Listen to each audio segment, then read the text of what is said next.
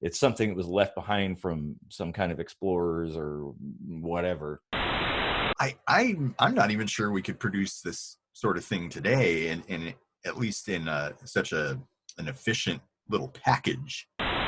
Wouldn't you know it? The spacecraft crash landed, and some dude stepped on the compass and was like, "Oh, shit." I could see how it would be like totally venerated, because this appears to people of that time like magic, like out and out, just straight up magic.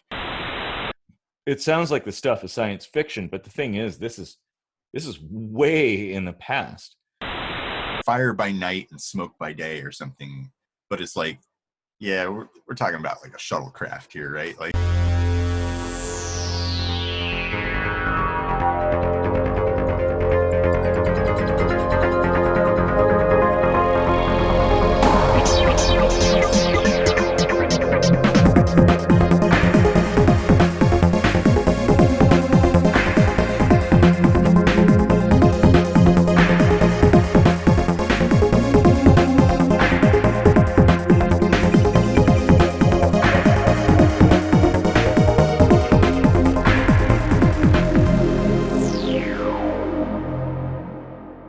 welcome. I am Casey Rochford, and this is Kitchen Sink Microscopy. Please like, share, and subscribe to the channel. And this is my esteemed co-host. Yeah, I'm Eric Rosenblatt, and we write our own music, so stick around to the end of the episode, and you can check it out. And if you like it, our music is available on iTunes and Spotify and stuff like that. And you can go to our website. It's ksmvidcast.com for news and information and more. So what do you think, Casey? What should we talk about today? But wait, there's more. Is there? Well, I see you have a stack of books there, and I have a book here as well. I think this is going to blow people away. This episode is going to really pique a lot of interest, I think, because I think we should finally get around to talking about the Manna machine. This is something I don't think most people have even heard of. No. And that book you have in your hands is like basically by weight equivalent to gold. Oh yeah. Like back in 2003, this 1978 publication was already out of print. I paid close to $300 for this book back then, 17 years ago. Today it's worth, like you said, like pretty much like gold. Like it's like $1,400 or something. Yeah, so, it's crazy. It's very, very rare. It's probably the like most cherished book I think I'll ever own. Oh, I am so jealous. I mean, unfortunately, all I have is the Kabbalah Decoded, which is kind of a companion book to that. Yeah. Even that one, I think I paid $30 for 17 years ago. I don't know what it's going for now. Well, I paid like $100 and something for it a while back. A couple of years later. That one's out of print too, huh? I think so. Yeah. As far as I know, but there might have been more of them distributed, possibly. So right, probably because anyway, never mind. Go ahead. I just thought maybe this would be a good time to point out, if you want to know a little background on this stuff, so that we don't have to spend a great deal of time like doing the backstory here. There's go to the description. There'll be a timestamp link where you can go to the end of this video, and we'll have a little descriptive section if you're so inclined to get a little background info on this. But other than that, I think we could probably just jump into some of the really cool ideas about it. Yeah. So okay.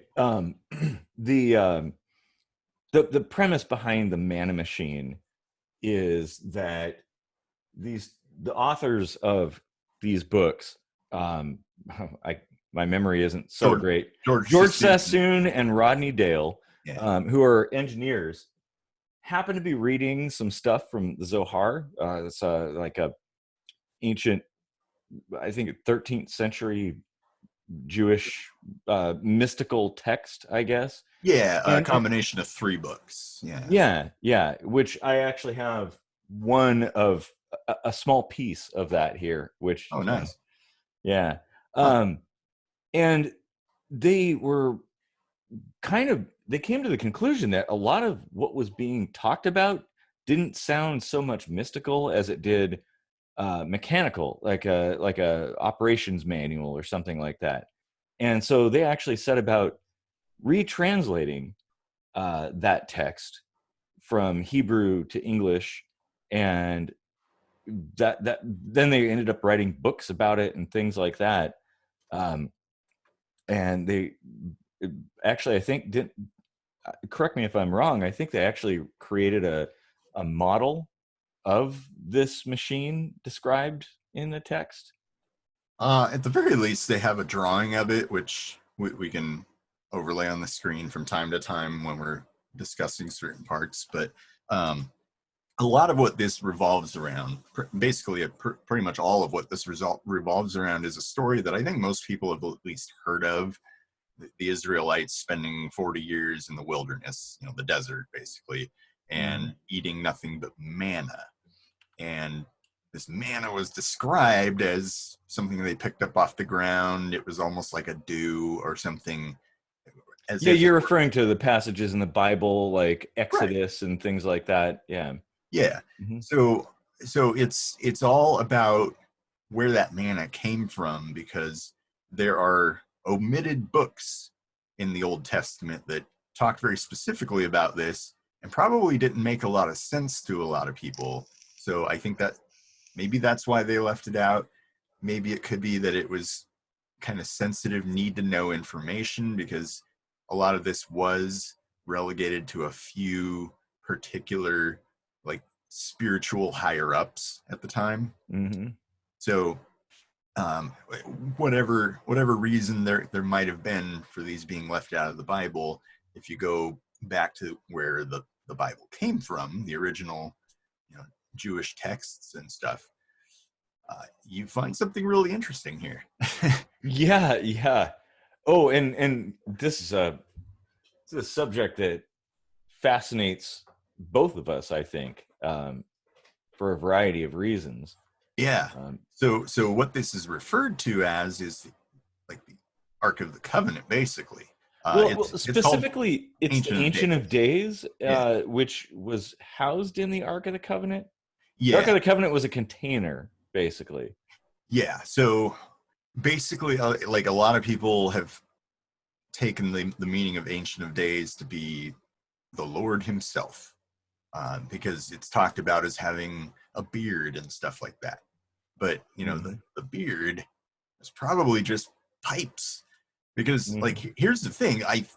Now that I've been, like, rereading this, reskimming this as a biologist, it makes perfect sense now. Like, before, I was like, I don't understand some of this biochemistry stuff, but I mean, we're basically looking at a fermentation, like a distillery slash fermenter, like, all in one unit, like, totally self-contained. And it was producing, like, algae, which is really self-sufficient. Like, you just need some water and fertilizer, and it just keeps going and going and going. Yeah, and obviously you need the algae itself to seed what Right. your pool of algae growing.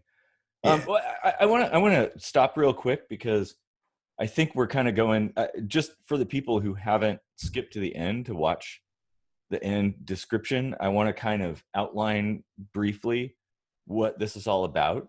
Mhm. Um, so the idea is, um, if hang on, I might need a little more beer for this one. Um, um, so the idea is that a long time ago, in this biblical time, there was this machine, the manna machine, the Ancient of Days, or well, the Holy Grail, I guess, which I believe the term the Holy Grail is referring to a piece of the machine and not the entire thing, because well, we'll go into that later probably. But this machine used some sort of radioactive material to generate energy or to generate light or something like that.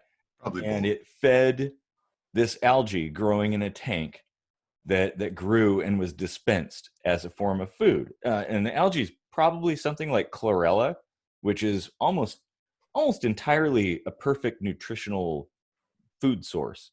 Like Yeah. really, really close. It's So dense in nutrients. Like, I mean, it's at the top of the uh, if the food chain is looked at like an upside down pyramid that funnels down to like humans, mm, it's like up top, like the things that eat algae then use up a certain portion of energy and pass that on to the things that eat them, and then we ate that thing, and basically you start out with like, well, I think it even talks about it in here. um, if you start out with 1,000 kilograms of algae, you get 100 kilograms of animal plankton, which gives you 10 kilograms of fish, which adds 1 kilogram to a man. So you can see how, like, if you just ate algae, you wouldn't need to eat very much at all. You'd have some calories, you'd have protein, like you'd have everything you need, and yeah, all yeah. packaged. And this kind of like goes like links in a little bit to my, I guess, ancient aliens theories, I guess, that if there was a spacefaring race, you're not going to have gardens necessarily. You might have some machine that can operate for hundreds or thousands of years, constantly generating a food source, a really high quality food source that's compact and portable. And I think that makes a lot of sense. And if my hypotheses are correct on that it's something that was left behind from some kind of explorers or whatever, that Well, I was mean, used. it was so complicated. It had to have all this like instruction manual kind of stuff passed down word of mouth, and that's why they had just certain people handling it and whatnot. But yeah, like this kind of power source, this kind of technology, sure as hell didn't come. I mean, I'm not even sure we could produce this sort of thing today, and at least in such an efficient little package. Uh, Yeah, well, I want to talk about that actually later. we should But try though. yeah. Mm. So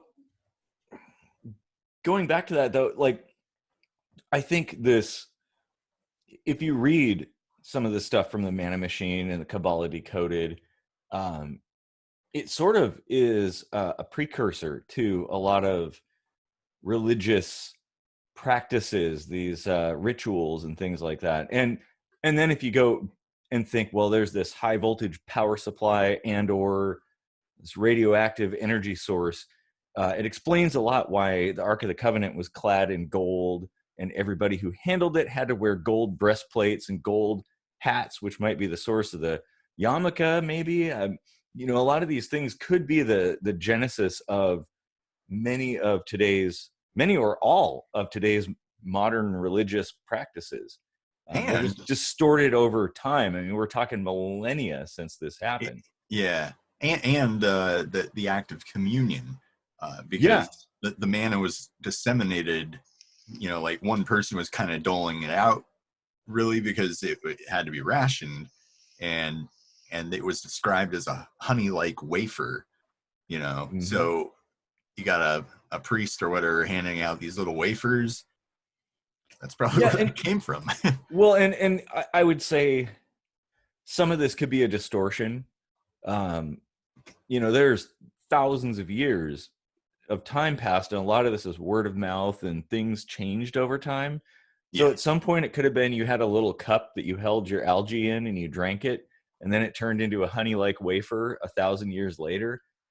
You never know, or maybe it's some kind of weird technology, something from another world that doesn't exist here, a different type of algae or something similar. that's possible, because the algae we have here would taste like crap. Hey, now wait a minute.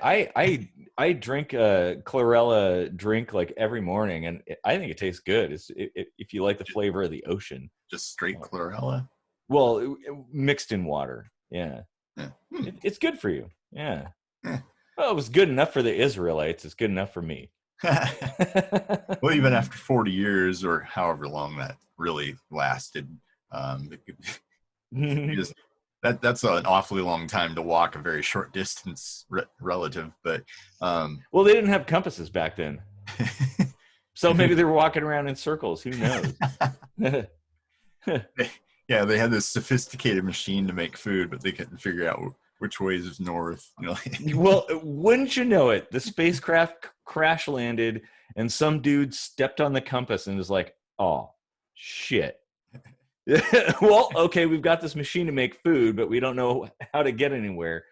I'm the last man alive. At least I have my books. Oh, that is an excellent. Ooh, wow, yeah. That's it's not the Outer Limits, right? That's the Twilight Zone episode. Twilight Zone, I think. Well, it could have been the Outer Limits. Anyway. Yeah. Digression. Yeah. This whole book could be an Outer Limits episode, but I really think it would be cool if we took a modern look at this, 40 plus years after this was written, and just kind of, with your like engineering background and my biology background, it would be kind of cool to at least write about it, but it'd be super cool to also try to reverse engineer this thing, because scarcity would be made possible by something like this. Food would be available to everybody. Exactly. And that was kind of what I wanted to get to at some point. And I guess now's that point, that we're now technologically capable enough to create something similar to this. Maybe not the exact identical thing, but certainly we have all kinds of sources of radiation, energy, and things like that. And we can build machines and machine materials and 3D print things and stuff like that. I think it would be cool to actually try to build something that functions the exact same way. Obviously, acquiring radioactive materials is a bit difficult, though not impossible.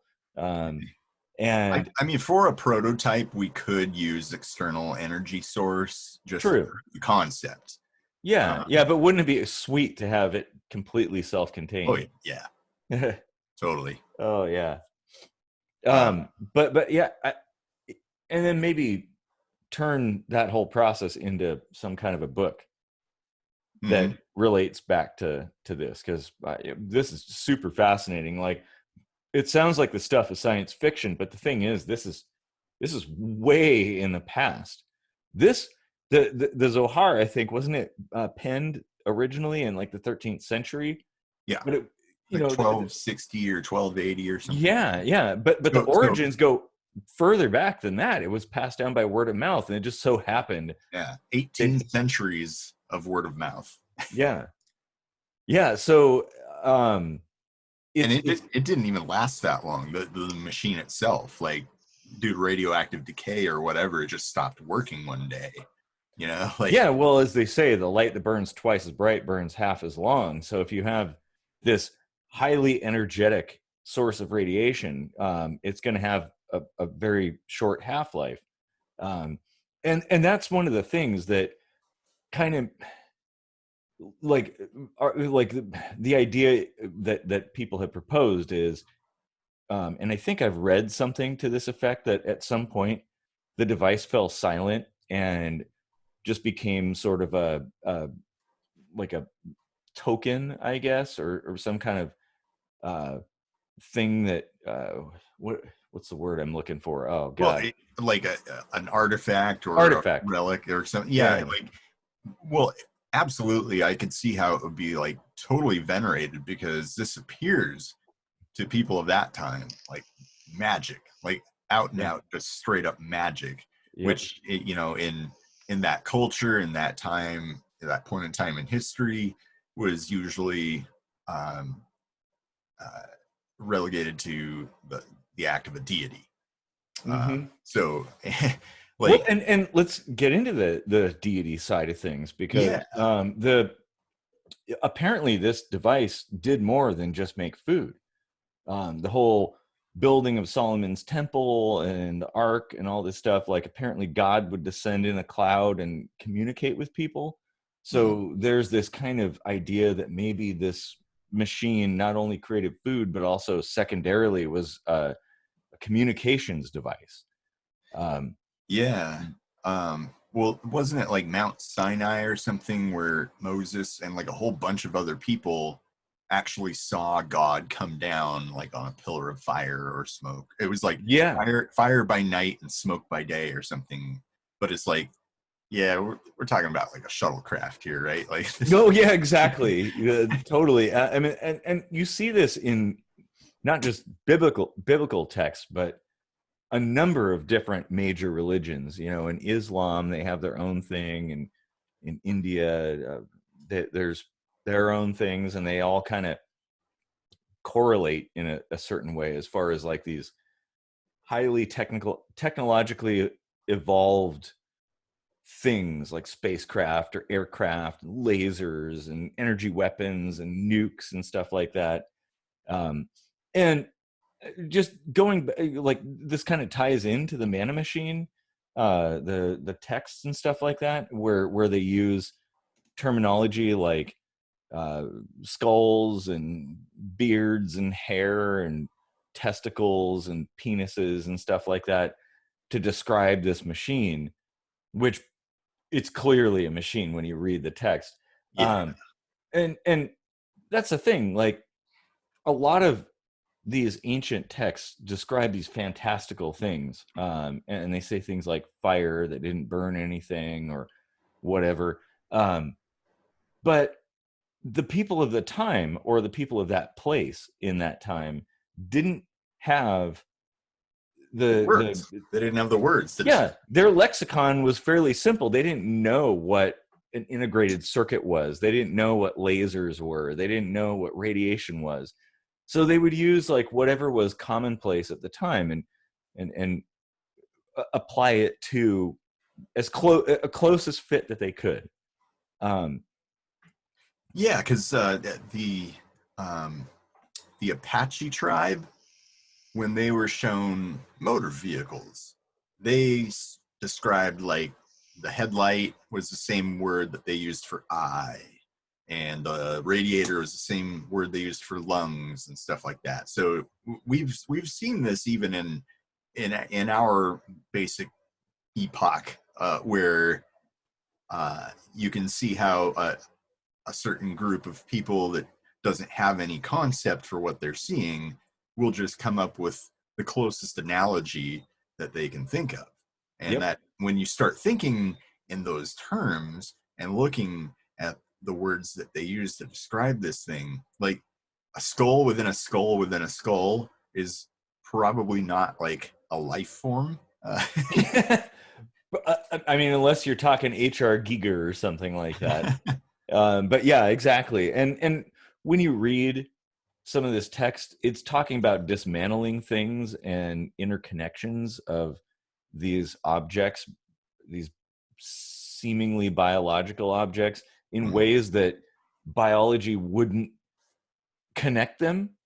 Um, Yeah, so and people would get sick from improper handling or from handling it too long. And yeah. Now here's the thing. So people familiar with the Bible, I'm sure, are aware. Well, or people familiar with Raiders of the Lost Ark will know about how the Ark of the Covenant is supposed to kill you if you touch it. And there's these ideas that maybe the energy source is so powerful that it just like basically electrocuted you. But then the thing is, the way the ark was built, it was built of wood with gold, and it should be insulated, maybe. But then some of the stories involve things that sound a lot like radiation poisoning, like fingernails falling out, lesions on your skin, your hair falling out, and stuff. Like, I there's can say nothing. without a doubt, those things definitely do happen when you get too much radiation. Yeah. Oh yeah, you have firsthand experience of that. You remember when my fingernails were falling out at our business, and I would like put clear coat nail polish on them to like glue them together? Yeah, exactly. I mean, th- th- that's the thing. Like you read this stuff, even stuff in the Bible, and there are some questionable things that are like, wait a minute, what, how is there a source of radiation so powerful, you know, that can do that? And people are like, well, God, but I don't know. Well, yeah. It's possible that this was a radioactive element that we either didn't know about at the time. Well, we didn't know about any of them at the time. What am I saying? It could be something we don't know about, like right now or at the time of the writing of this book in the late 70s. Stuff like ununpentium was discovered like relatively recently, and uh, you know, but I mean, it really makes sense when you think about like if this were algae produced in a thing, what what do you want to call it, a machine, or if it were just a box that somehow grew algae, whatever you want to like rationalize this as a skeptic. uh, Algae needs, well, it works with chlorophyll, it needs light, Yeah. and if it's in a thing, there's no light. Well, the idea, my hypothesis on this is that because, well, first off, there's issues of batteries and energy density and like recharging and stuff. And if you're in space, you don't want to deal with all that shit. So radioactive energy sources make a lot more sense. Mm-hmm.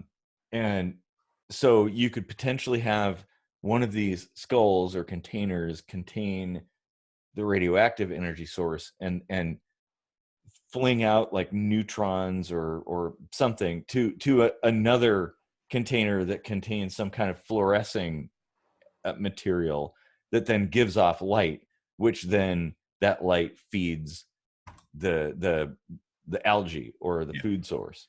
Yeah. So, and it would be continuous too, like continuous until that energy source, that radioactive material, it had basically exhausted itself.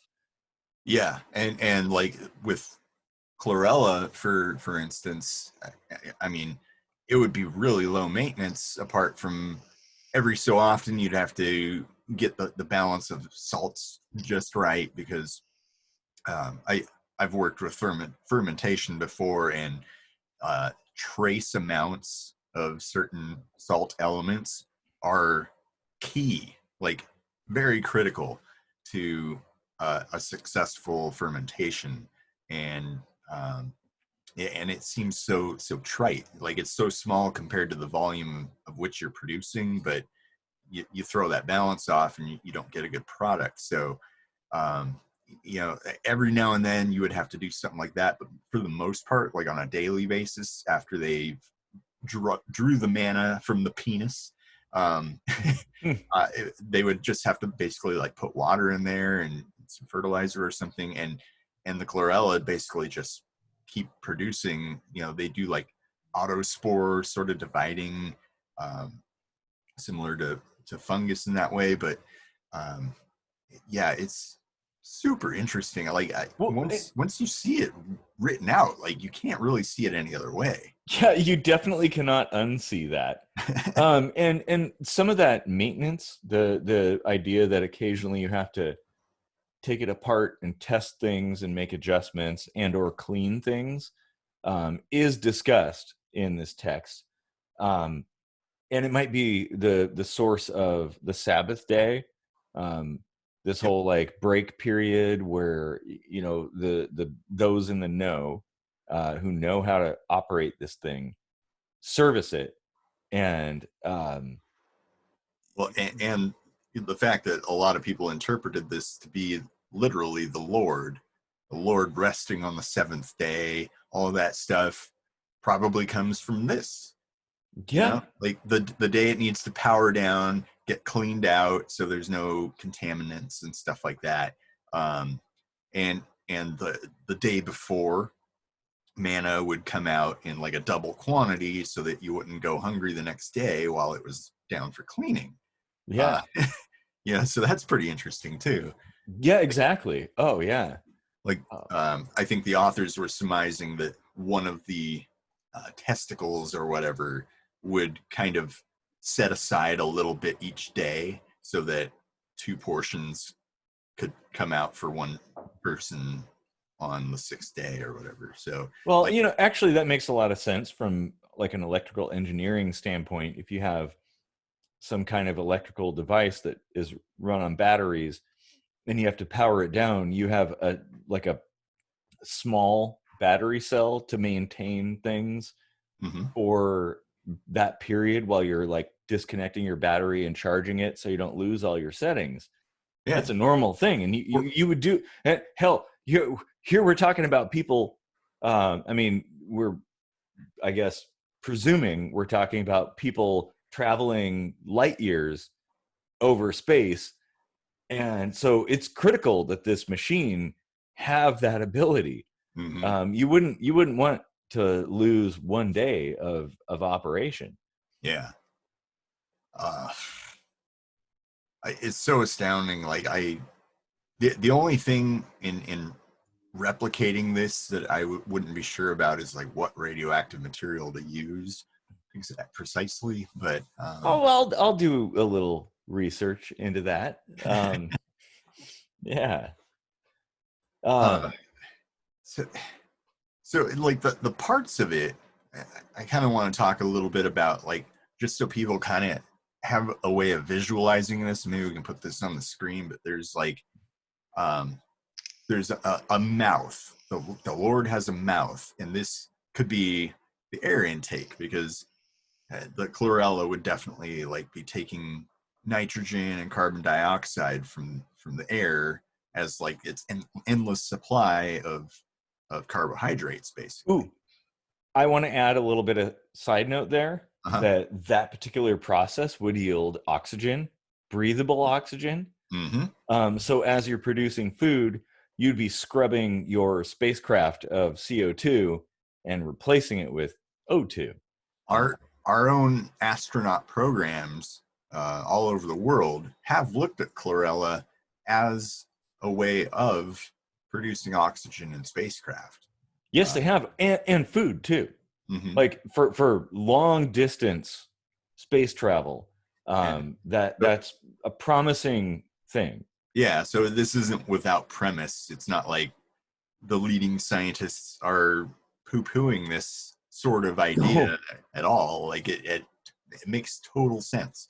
no, Uh, exactly. Well, and okay, my like weird mind went into this. What if all the chlorella on the planet came from this machine? Just, just a yeah, thought. I mean, it's possible. yeah. I mean, I if you've watched enough of this show, you know I'm pretty skeptical, but this is very convincing. Like, Yeah. very, very convincing.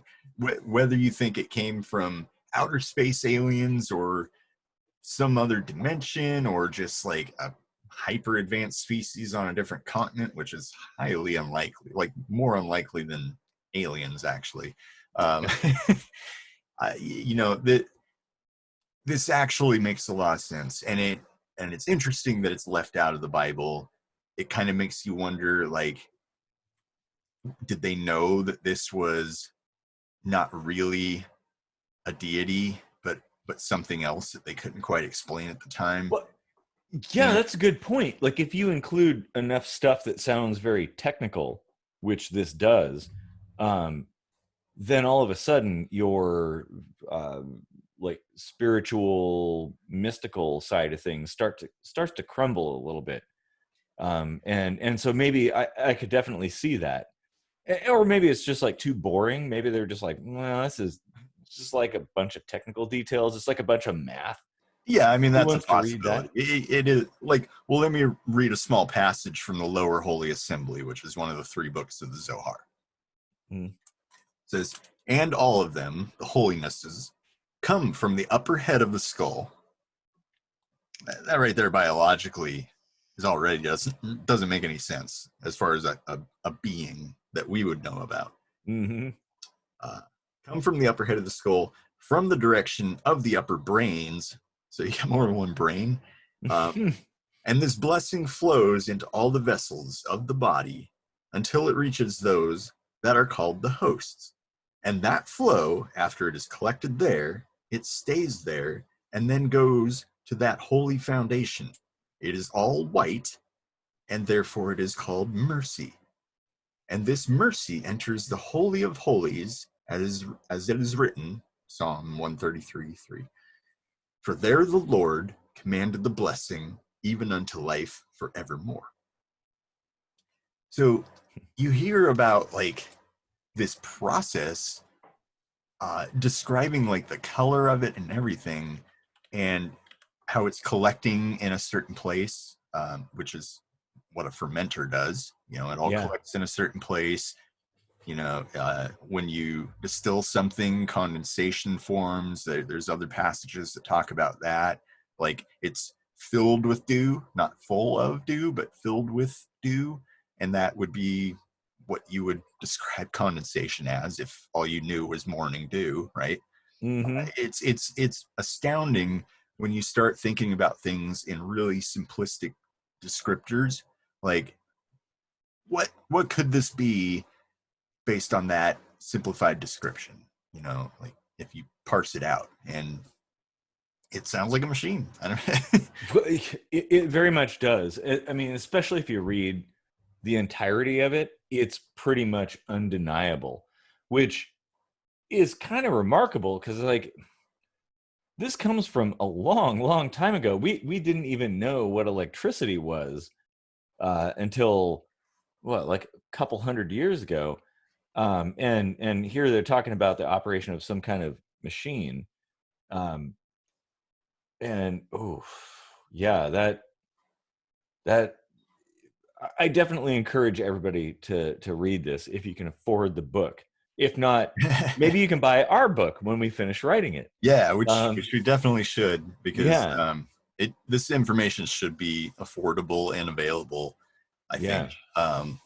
And this technology, I mean, it really should be affordable and available as well. And Well, I think we I think totally like could make it. like you'd said, this could revolutionize food Mm-hmm. production. Like this could be a game changer. Oh You know, yeah, imagine something that lasts. You're talking. It at least lasted however long whoever brought it here, hundreds, thousands of years, and then 40 years in the desert, and probably a lot longer after. yeah. You know, that's significant. And I mean, their translations, you know, they went through and talked about how Hebrew used one word to mean two different things. I mean, lots of languages do that. English is certainly Yeah. no stranger to that. But the idea of mercy, because that passage I read spoke of mercy. Mm-hmm. There's talk of mercy being accumulated. Like, if mercy means forgiveness in this context, how does one accumulate forgiveness? It's like, you know, like, is it like a debit and credit sort of thing? Like, oh, God's given me like 5 mercies so I can fuck up 4 times. Well, and yeah, exactly. Like language does rely on context, and Yeah, it definitely requires a little bit of understanding of what's being said. So yeah, there's in Hebrew and English, there's so many words that mean completely different things depending on the yeah. There was context. 2 interchangeable Hebrew words that were used for mercy, and they describe them here. I'm probably going to butcher this, but chesed and rechem and um, no, that last one's not real. The Red Dwarf reference, by the way. Yeah. Um, but the word chesed means charity, and so if they're getting this manna like seemingly for free, it would make sense that they would call it a mercy, right? In that aspect. Yeah. It can also mean white, and it was described as being white. So if that was the product That's very possible that it had kind of like a play on words, a dual meaning there. Mm-hmm. And then the rechem meant, oh, where was it? Um, Pity. It's like pity. So they think that God or whoever gave them this machine was doing this because they felt bad that they would starve otherwise, or so they see this as a great gift, a very venerated gift, and Mm-hmm. and it basically gives them free food that they hardly have to work for at all. Yeah. Yeah. Yeah. Well, and it's kind of a chicken and egg thing too. Like, which word came first? Um, Right. so which has more weight in that context? And actually, I want to kind of talk to that. Actually, the idea of this free food, limitless food source, like a self-contained food source, because it's been talked about, and I know the Raiders of the Lost Ark talked about this a little bit, that any army carrying the ark into battle would be assured victory. Um, and you think about back in that time period, um, we were just emerging from hunter gatherer, like foraging kind of thing, like just barely leading into farming. And if there were two armies fighting each other, supplying a massive army with food was a huge endeavor. But if your opposing army had this tiny device that could just limitlessly make food, you'd be invincible.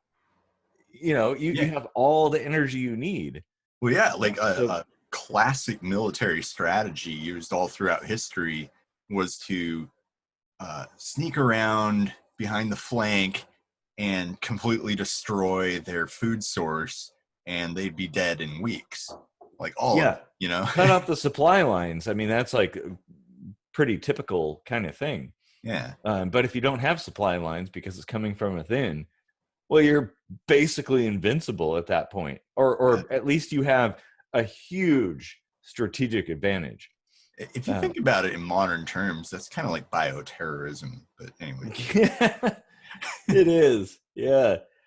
Well, and so the ambiguity of this text has led, I think, to, well, it's probably, I'm sure it's led to a lot of the religious practices that exist today in a number of religions. But there's those what are they, Kabbalists, like that take this text, the Zohar, as being some kind of like mystical text, um, Yeah, rather like than a technical one. yeah, there was a lot of occult uses of the Zohar, and when these particular engineers, Dale and Sassoon, were researching all of this stuff, they found that almost nobody picked up on this because they all interpreted it. They were looking through a different lens. They were looking through a very Mhm. mystical lens, and when they, as engineers,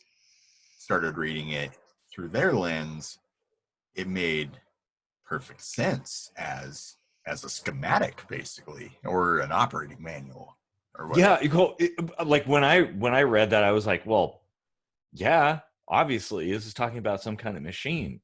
Mm-hmm. There's like lights and containers within containers and tubing, and Well, you yeah. take Well, things apart, and yeah. the beards are Hmm. said to have like 296 hairs in each of them or something. Like, it was very specific.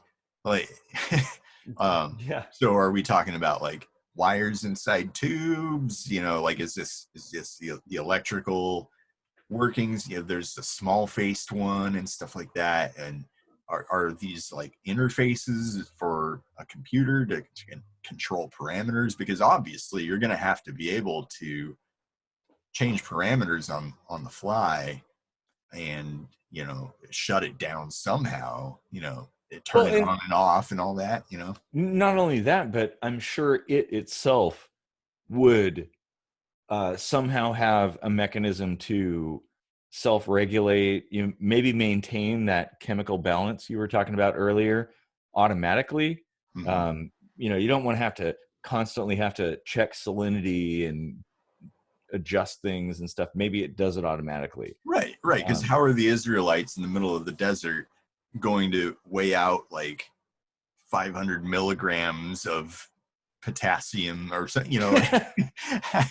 That's going to be a little difficult. So, yeah, there's probably a really complex and carefully attenuated way of this being a very automated process, like self-contained in machinery.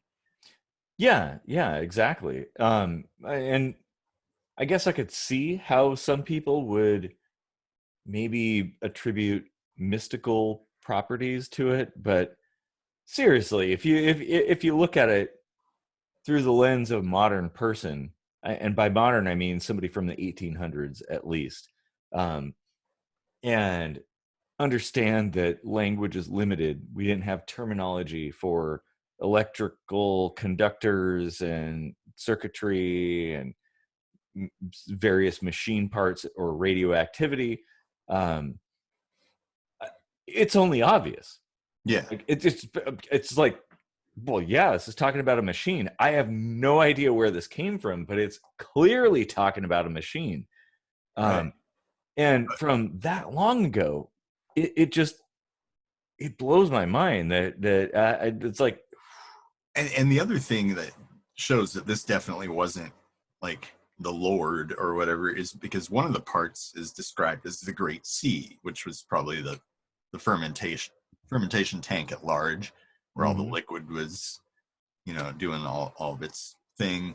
But if you think about how they probably didn't have that great of an understanding of anatomy in general to like I think now if say like a tribe that you just found on an island somewhere were to describe this thing, they might call it a stomach or something, but the fact that they call it the Great Sea and it's supposed to be part of like a being, like Yeah, exactly. That's the whole thing. It's like you can't just cherry pick a couple of details. You pretty much have to read the thing in its entirety and then pass judgment after that. And when you do, yeah. it's totally obvious this is talking about a machine. Like it can be nothing else. If you think it's some kind of mystical thing, well, you're an idiot. That's all. Well, no, that's a good point. This is very important for it's something we recently talked about on the show, science and religion working hand in hand. If Mhm. anything, religious people should not see this as a threat, that skeptics like you and I are lending credence to something in these ancient so-called mystic texts. We're basically saying, look, this might actually be a historical account of something that actually occurred. And this, unlike many things in holy texts, actually makes perfect sense when you think about it in these terms. Like, Well, yeah, exactly. The thing is, it might just not be quite what people uh, have come to know as come to believe. I guess it's right. different. Yeah. I mean, like, the And whole life after death thing may not correlate if God turned out to be an alien. yeah, I don't know. Maybe they have interdimensional powers that we don't understand, but which would make them kind of like a god, honestly. yeah. I mean, I mean, if we're calling this feasible, um, that kind of a technology at that time, that kind of traveled distance, that sort of technology, who knows what else is possible. Yeah, exactly. And I've recommended it before, and I'll recommend it again. Read Flatland. Um, Great book. For everybody, for scientists and religious people alike. You'll love it. It's a really good book, and it's an eye opener. Hmm. Um, Who wrote that one? uh, Edwin Abbott, I think. This is a long time ago. want to say it was like late 1800s, I think, when he wrote this. Oh, okay. Um, Interesting. yeah, it's a good book. Yeah. Oh, we should totally build a Manna machine. I really want I to, actually. Yeah. Yeah, knowing what I know now, because when you and I in the early 2000s were talking about this after you paid a ridiculous sum of money for that book. Off of delivering pizza money. Yeah. It would take a lot of pizzas today to buy that. You can't do that in today's economy. Well, you could, but it would take a lot of pizzas. Knowing what I know now, I think it's actually feasible. It could be done. And I would love to see. I don't know about the communicator thing, like that. That would be. I like to keep it simple, like just a chlorella generation machine that uses radiation and is completely self-contained. And yeah, if that doesn't work, if we can't get the radioactive materials, we'll just go for an external power source to test it. Yeah. Yeah, I mean, if we wanted to be capitalistic about it, some kind of external power source that depletes after a while would keep the money flowing or whatever. But I personally would rather see this as a humanitarian effort that provides food to the needy. Well, I'll tell you what, me being the type of apolitical sort of person I am, I promise that everything will be open source. I mean, if you're okay with that. Oh yeah.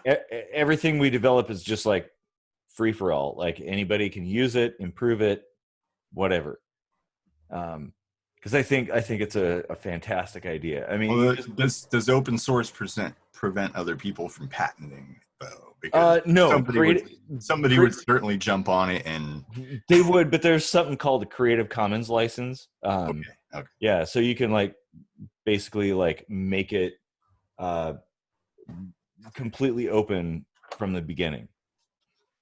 Yeah.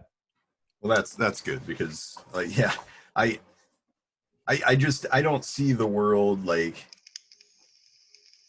finding something like this and then making it actually available to everybody at no cost. Like I just kind of have this I don't know, negative outlook on capitalism in general, but like when it comes to something like this, I see it as like, no question, if this can help everyone, like needy or not, if you could have this highly condensed, nutrient packed food that doesn't like,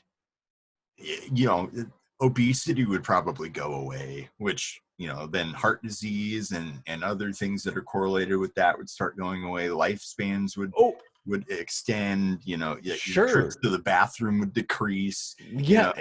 And if you look at the nutritional information about chlorella, like that is it's kind of like the perfect food. And yeah, I don't have a problem with people recouping their investment in something plus a little bit.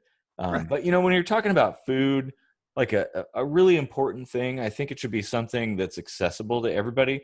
Now, if somebody spends an enormous amount of money and time developing like a super Manna machine, okay, yeah, sell it at Walmart for $1,000 or something like that. But at least everybody should have access to the basics.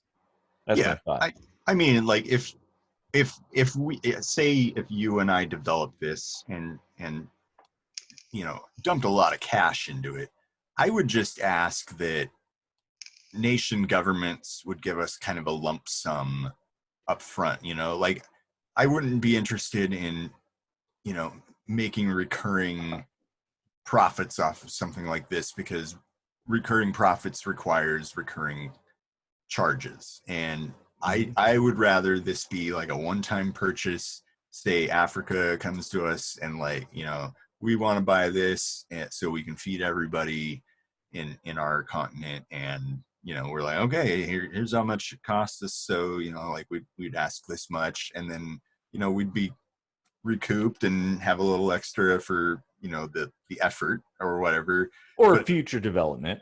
yeah, and I think that would be totally fair, because like you said, when it comes to food, or, you know, just basic human needs, like natural needs, Water, shelter, things like that. Yeah. yeah, good health, things like that, like I really think that, you know, profit should be minimal.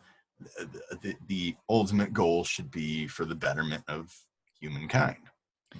Yeah, and my take on it is, like, I don't have a problem with somebody selling something for an exorbitant amount of money, as long as the information is available. So watch Kitchen Sink University, and you know, like, I think I'm all about like teaching people how to do things, DIY kind of stuff.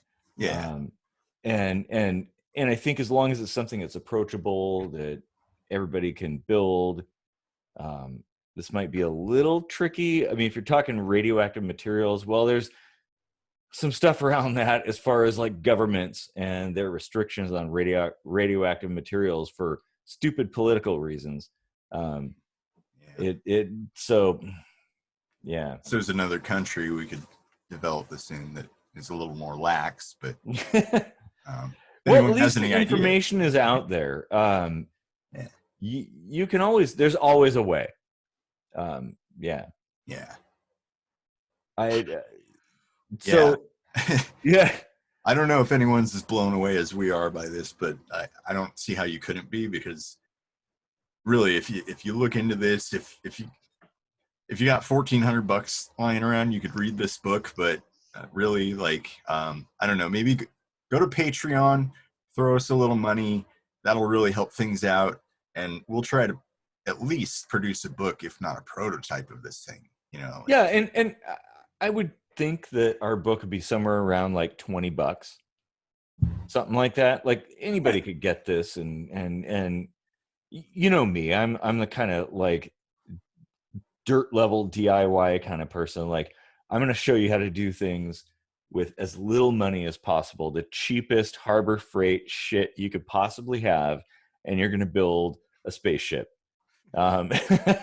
Maybe that's a little extreme, but Yeah. that's my angle. Well, Yeah. I suppose before this becomes an infomercial, maybe. Is there any other like overlying portion of this whole idea that you think people should know about in this extremely condensed explanation of it? Well, I guess I think we covered like most of the majority of stuff, but I know there's the question of where the Ark of the Covenant, the Ancient of Days, or the Holy Grail, or whatever is today. I don't know if I covered this. Might have had too much beer. But the idea in my mind is the Holy Grail is a piece of this machine that was revered, because the machine was revered, being what it was, like kind of significant. But when it ceased functioning, it was taken apart. People stored it in their churches as relics and stuff like that, and it was passed down and stolen and moved around over the planet. And this Holy Grail might be like one of those skulls, or a certain portion of that. And pieces might have moved around the planet. There's people that talk about like the Knights Templar, and you know, the quest for the Holy Grail, not the Monty Python one, which by the way is awesome. But the search for the Holy Grail, and looking for things.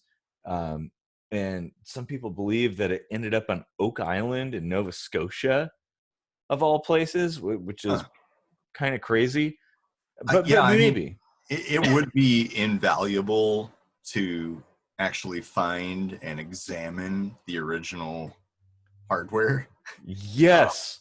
Oh, even just a piece to see the metallurgy, or the materials or something, and check to out the realize, half-life on whatever the power source was, and see if we can suss out what it is. Like, yeah, if there are any archaeologists out there that have their piqued interest in this, definitely contact us. What's a good email? Booking at uh, ksmvidcast.com will work. sure. Yeah, Contact at ksmvidcast.com, contact. I think. Yeah, Yeah. there. Yeah, contact at ksmvidcast.com if you want to join in the efforts to figure out what the hell this thing was and how we can reverse engineer it. The more the merrier, because like, we've got an engineering mind and a biology mind, but there's so much more involved in this, Mm-hmm. that. Well, so I want to throw in like a couple other possibilities for people, archaeologists in particular. Um, so there is a place in Ethiopia, the Church of Saint Mary of Zion, that claims to have the Ark of the Covenant in their possession. Also, due to like some of the texts and some information and stuff, a certain group of people concluded that the Ark of the Covenant, which I equate with this machine, like this is the container for this machine. So if you find the Ark, you might find something, Right. not necessarily the tablets that had the Ten Commandments or Aaron's rod or something like that, but hopefully you'll find like a piece of this. Um, How, Supposedly there's how hung something. was Aaron that his rod was so famous? Oh, wouldn't all the ladies like to know? Shwing. um, but go. That's a too We much had to go beer. and make this adolescent somehow. Yeah. um. mm.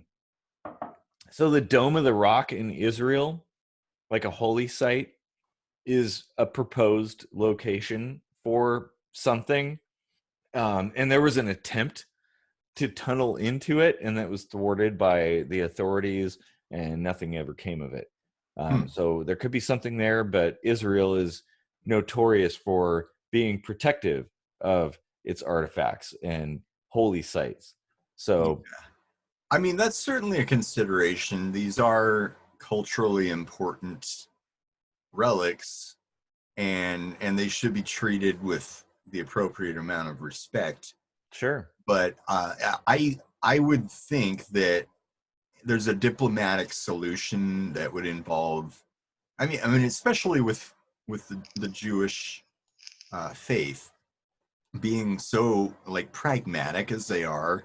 I think that if you were to approach some of the elders with this idea that, like, look, we may have a mutual like benefit from this. Like, we could feed mankind. We could also legitimize things that you believe in as fact instead of faith, Ooh, Like, yeah. yeah, I mean, like, what religion wouldn't find value in having what they've taken on faith be confirmed by science?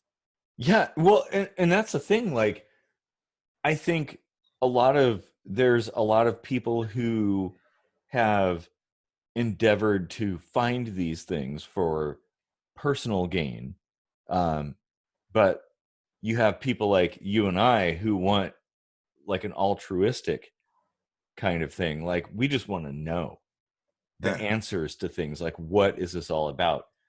Is there something beneficial that can come of this? And like, I want to know the answers.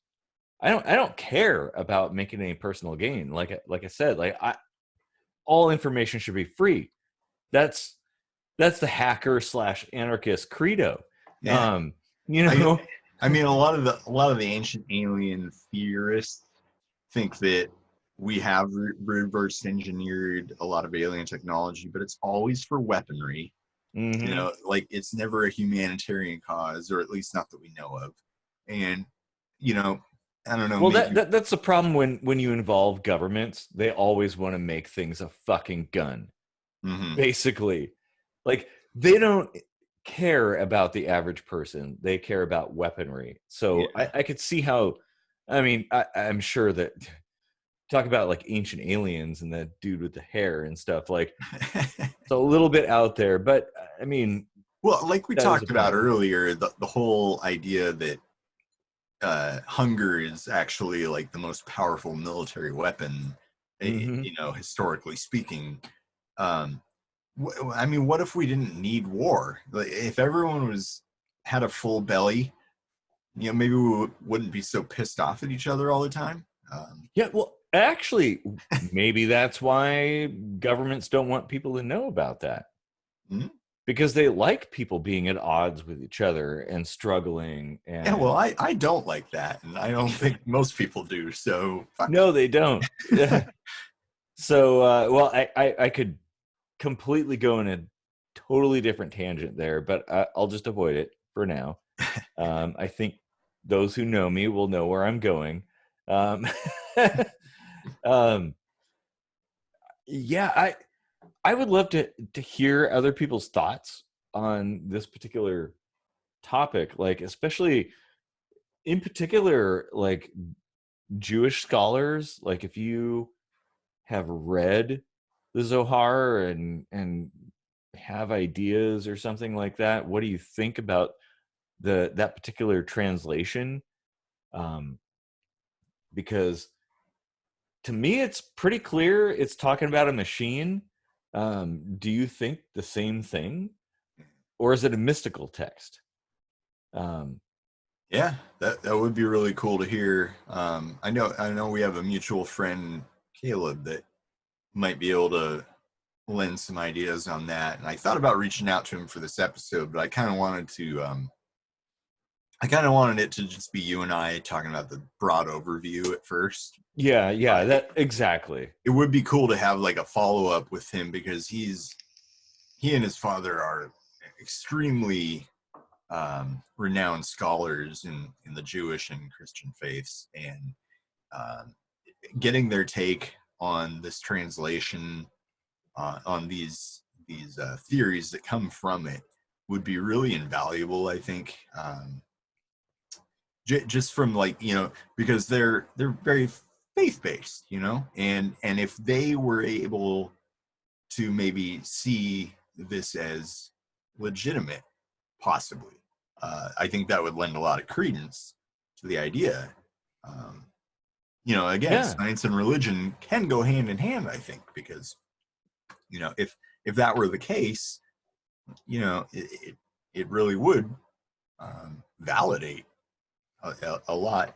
I mean, maybe not validate it in the context that most people would like it to be, but yeah. Like I said, it's different than you think it is. yeah, But that doesn't mean everything is not real. right. There's some reality there. Yeah, I would like to hear. I think this is a good point to just kind of go over the basics, Yeah, and then go into the minutia later. Um, yeah, Especially if there's some interest in this one, because to me, this is like the biggest thing ever. Whether you're a scientist or you're a religious person, this is a big deal. or a hungry person. Yeah, exactly. This is really significant. Um, and it's overlooked, like just completely swept under the rug. Like nobody talks about it. I mean, that book has been out of print for decades. Why? Why isn't it like a number one bestseller every year, year over year? It should be. Yeah, I mean, you could go the conspiratorial route, but more often than not, I think that in this situation, I think it was just too niche of an idea. Yeah. Yep. I totally agree. And it's something that's like doesn't fully appeal. It doesn't completely confirm either side of anything. It's kind of like a little in the middle, and people don't like that. They like to be divisive, and this is sort of like science meets religion in a really good way.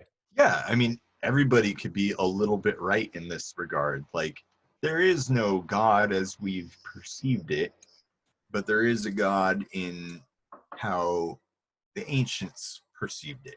And it Yeah. may have been an alien, you know, and there may Mm-hmm. have been this awesome machinery which we could use to our benefit to uh, rid the world of a lot of its ailments. Oh yeah, yeah, totally. It's oh, So, I think that's just about all the time we have for today. I think that's a good point to end. yeah, Um, if you hadn't skipped to the end already, hang out through the song, which was written about the Manna Machine hmm, in like 2005, I think.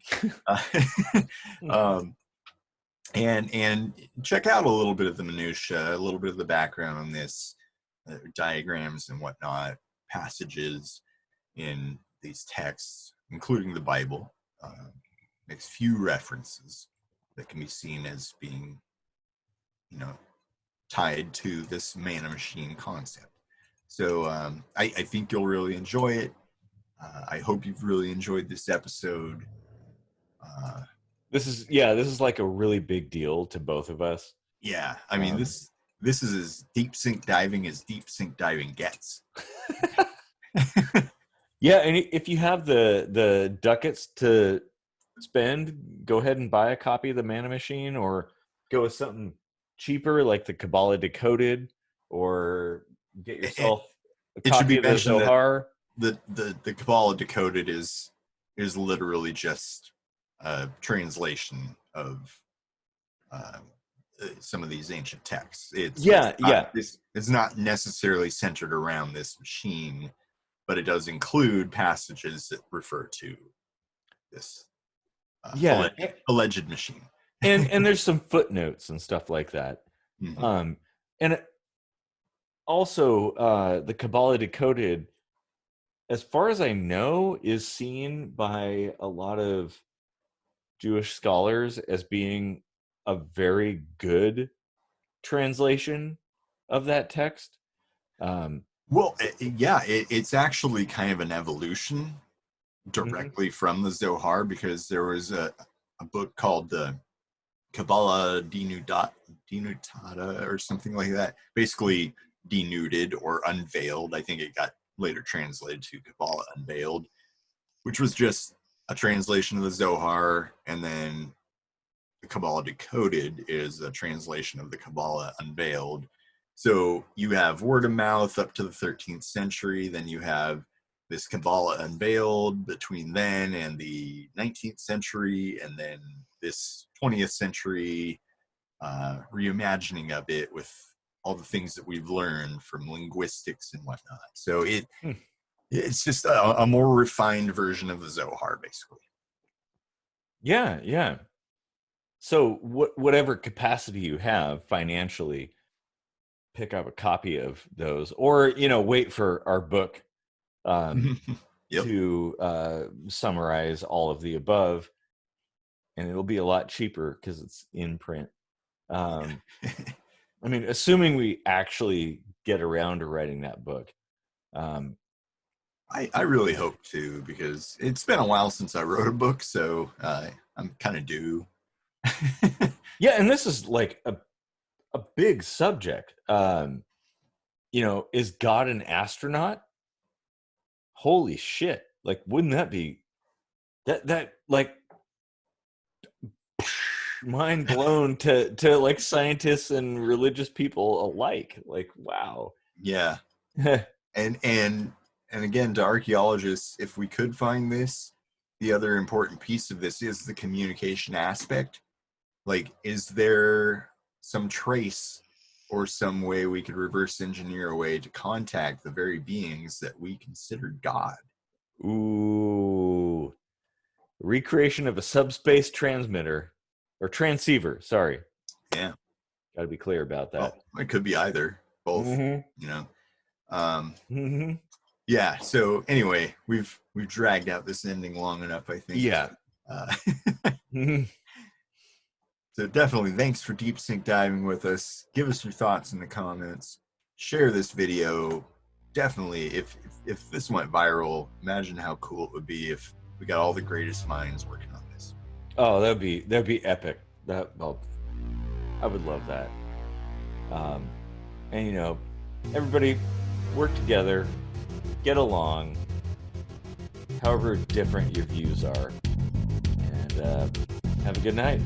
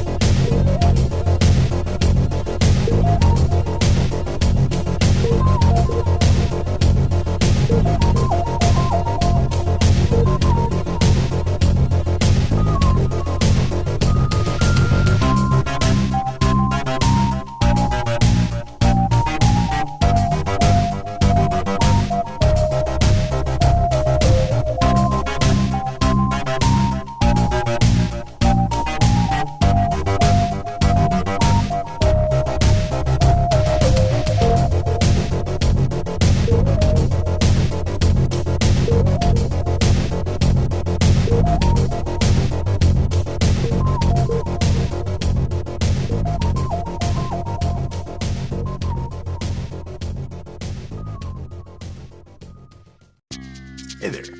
Welcome to our little background piece on our episode for the Manna Machine. We realize this is something that we've referred to a lot, and people probably are like, what the heck is the Manna Machine? This is something that not a lot of people have heard of. So we thought that having a short little video that you could watch at your leisure, either before or after the episode, it's all up to you, would be helpful in establishing a little bit of what we're talking about, so that you can follow along during the episode. So it all stems from a book, The Manna Machine. This was written by Rodney Dale and George Sassoon in the 1970s. It quickly went out of print. So close to 20 years ago, I paid a few $100s to get this copy. It's worth quite a bit more than that now, so it's very cherished. But anyway, it describes a machine that was given to the Israelites to produce manna, their food, when they spent that 40 years in the wilderness, wandering through the desert or whatever. There's slight mentions of this in the Bible. King James Version, Exodus 16, I think, has a mention of the manna tasted like wafers and looked like white coriander seeds.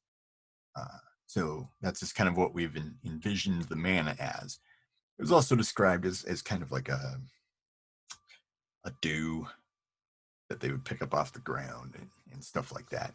But the Manna Machine, specifically this book, and another book that kind of goes with it, the Kabbalah Decoded, it goes back to the Jewish texts that the Old Testament was formed from, but there are some books that were left out when Christianity decided to kind of co-opt that as their Old Testament.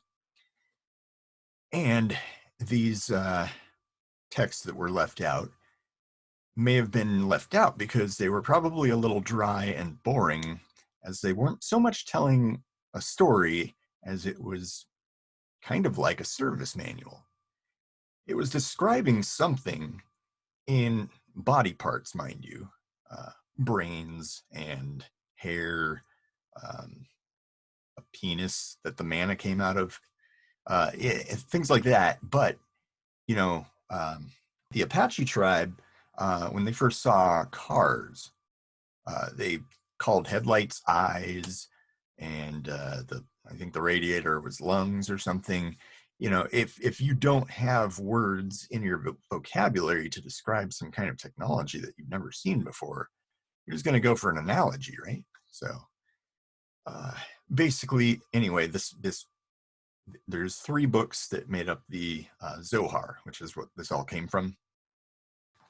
Book of Concealed Mystery, Lesser Holy Assembly, and the Greater Holy Assembly. So these 3 books effectively have this service manual type description of how this thing works, how it's maintained, and how it should be handled, because handling it was actually kind of dangerous, which led these 2 authors, who were effectively just translating a series of translations and putting it in more modern terms that we can understand with today's knowledge. Anyway, what it was describing was probably indicative of something that was radioactive in nature, possibly a nuclear style power source, one that, if handled improperly, would cause radiation sickness, hair falling out.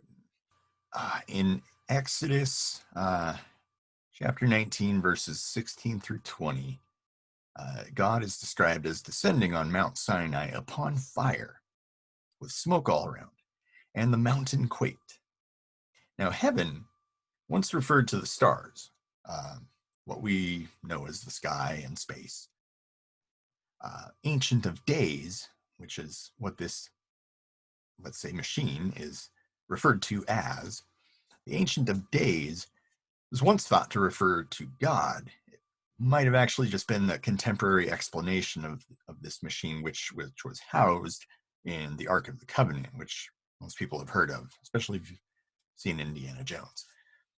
The Ark of the Covenant was actually kind of what carried this thing, because, like I said, your exposure to it could be dangerous.